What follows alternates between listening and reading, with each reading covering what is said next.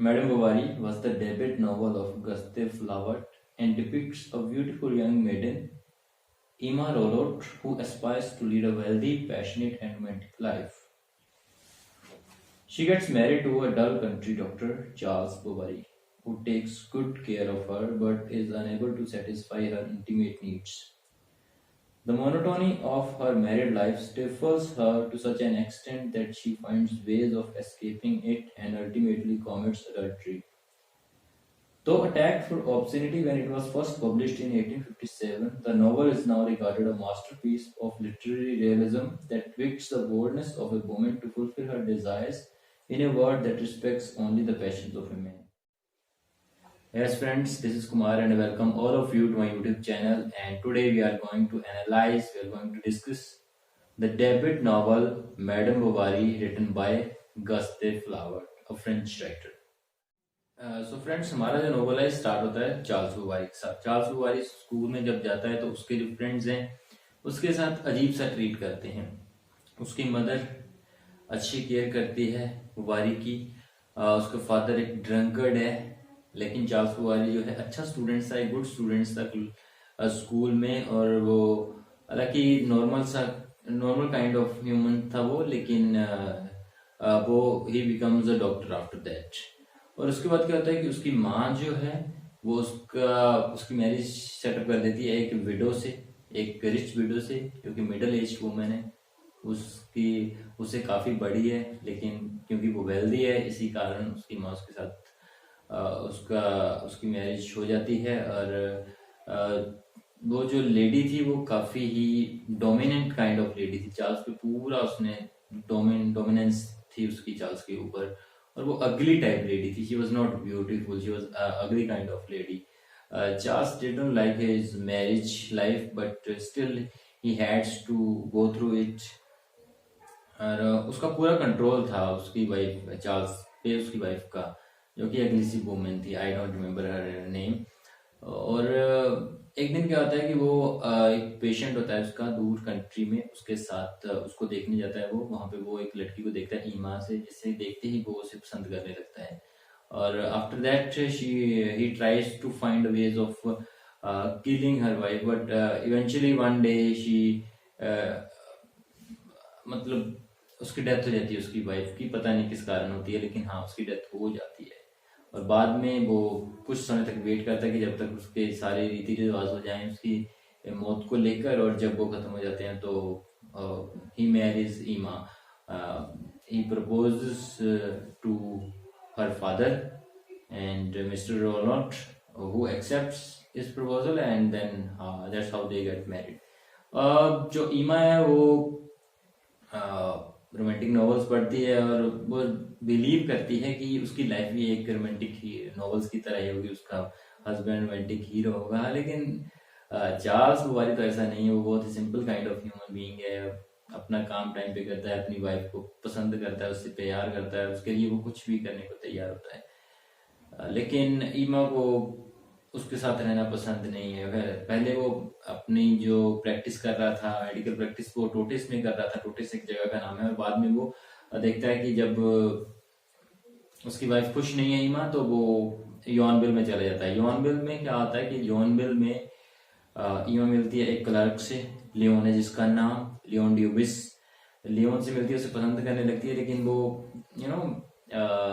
अपनी family responsibilities को देख के, उसने एक बेटी को भी जन्म दिया है जिसका नाम है बर्थ, तो वो देखती है कि मैं अच्छी वाइफ बनूं, डिवोटेड वाइफ बनूं, डिवोटेड मदर बनूं। इसी कारण वो लियोन को बता नहीं पाती है कि वो उसे पसंद करती है। हालांकि लियोन भी उसे पसंद करता था, लेकिन बाद में वो पेरिस चला जाता है अपनी लॉ की स्टडी पूरी करने के लिए। और बाद में रोडोल्फ मिलता है उसे। रोडोल्फ आया होता है चार्ल्स बुवारी के पास अपने सर्वेंट को लेकर, जिसकी ब्लीडिंग हो रही थी, जिसकी टांग में उसको ठीक करवाने के लिए आ रहा था। और ना वुमेनाइजर है वो रोडोल्फ जो है वुमेनाइजर है। लड़कियों को सेड्यूस करना, मैरिड लेडीज को सेड्यूस करना उसका काम ही है ये। तो वो जब ईमा को देखता है तो ही थिंक्स दैट ये अच्छी है, मतलब ये आसानी से सेड्यूस हो जाएगी। तो वो इसी तरह से वो पूछता है उससे कि तुम्हारी अगर हेल्थ ठीक करने के लिए मैं तुम्हें हॉर्स पे घुमाने ले चलता हूँ, हॉर्स राइडिंग पे ले चलता हूँ तुम्हें। तो चार्ल्स एग्री कर जाता है इस पे। बहुत ही सीधा सा बंदा है चार्ल्स। उसे नहीं पता कि रोडोल्फ जो है उसकी वाइफ को एंटेंगल कर रहा है। वो चला जाता है होस्ट पे, और वहाँ पे जो you know they came closer, and that's how the relationship starts. They were in a relationship for full 4 years, and after 4 years, Emo was so deeply in love with him, so deeply in love with Rodolphe, that she comes with a plan to escape. uh, she thinks that they must run away. उसको लगता है कि हमें यहाँ से तो भाग जाना चाहिए, और पहले तो रोडोल्फ मान जाता है, लेकिन बाद में वो मना कर देता है। जिस दिन उन्होंने भागना होता है उस दिन वो आने से मना कर देता है वहां से। उसके साथ एक अपोलोजेटिक लेटर लिखता है उसको, और जिस कारण मैडम बुबारी जो है उसे ब्रेन फीवर हो जाता है। ब्रेन फीवर हो जाता है उसे, वो उस चीज से उभर नहीं पा रही है अभी। हमारी जो प्रोटैगनिस्ट है मैडम बुबारी, ब्रेन फीवर की वजह से उभर नहीं पा रही है। वो उसे बहुत बड़ा सदमा लगा है क्योंकि रुडोल्फ ने उसके साथ जाने के लिए मना कर दिया था, और उसकी हालत को देखकर एक दिन चार्ल्स उससे रिक्वेस्ट करता है, उससे इंसिस्ट करता है कि वो उन्हें एक प्ले देखना चाहिए, देने जाना चाहिए ओपेरा में। ठीक है जी, तो ओपेरा में वो प्ले देखने जाते हैं। वहां पे उसकी मुलाकात एक बार फिर लियोन से होती है, जो पेरिस से वापस आ चुका है, अपनी स्टडी कंप्लीट कर ली है उसने, और अभी वो काफी मेच्योर बन चुका है। और बाद में उस समय क्या होता है, एक बार फिर मैडम बुबारी के अंदर एक इच्छा जागती है, एक सेक्सुअल डिजायर जागती है, और वो क्या करती है, लियोन के साथ रिलेशन रखना शुरू कर देती है।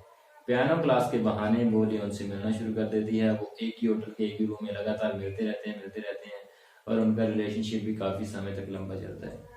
अब जो मैडम बुबारी, इसने बहुत सारा लोन ले रखा था। एक उनका लोकल मर्चेंट था जिसका नाम था लिरिक्स से मैडम बुबारी ने बहुत ही ज्यादा लोन ले रखा था, बहुत ही ज्यादा चीजें खरीद चुकी थी वो उससे, क्योंकि जब वो रोडोल्फ के साथ अफेयर में थी तो वो काफी चीजें, जब उसने भागने का प्लान बनाया था तो उससे कुछ चीजें ली थी, तो उसने तो बहुत डेब्ट के अंदर थी वो। उसने ट्राई किया कि पहले लियोन से पैसे मांगे, जिसने उसे टाल दिया, और बाद में उसने मिलना छोड़ दिया बुबारी के साथ, मैडम बुबारी के साथ। और बाद में वो रोडोल्फ से पैसे मांगने जाती है, वो भी मना कर देता है। अभी there was no means of escaping, कोई रास्ता नहीं था उसके पास। वो क्या करती है, वो आर्सेनिक पी लेती है। और बहुत बुरी तरह से उसकी डेथ होती है, बहुत ही बुरी तरह से उसकी डेथ होती है, मर जाती है वो। चार्ल्स उससे उभर नहीं पा रहा है, वो भी लगातार ऐसे ही पड़ा रहता है। एक तो उसकी वाइफ की डेथ हो गई है, दूसरा उसे पता चलता है कि उसकी वाइफ ने बहुत ज्यादा लोन ले रखा था, बहुत ज्यादा डेट के अंदर था वो।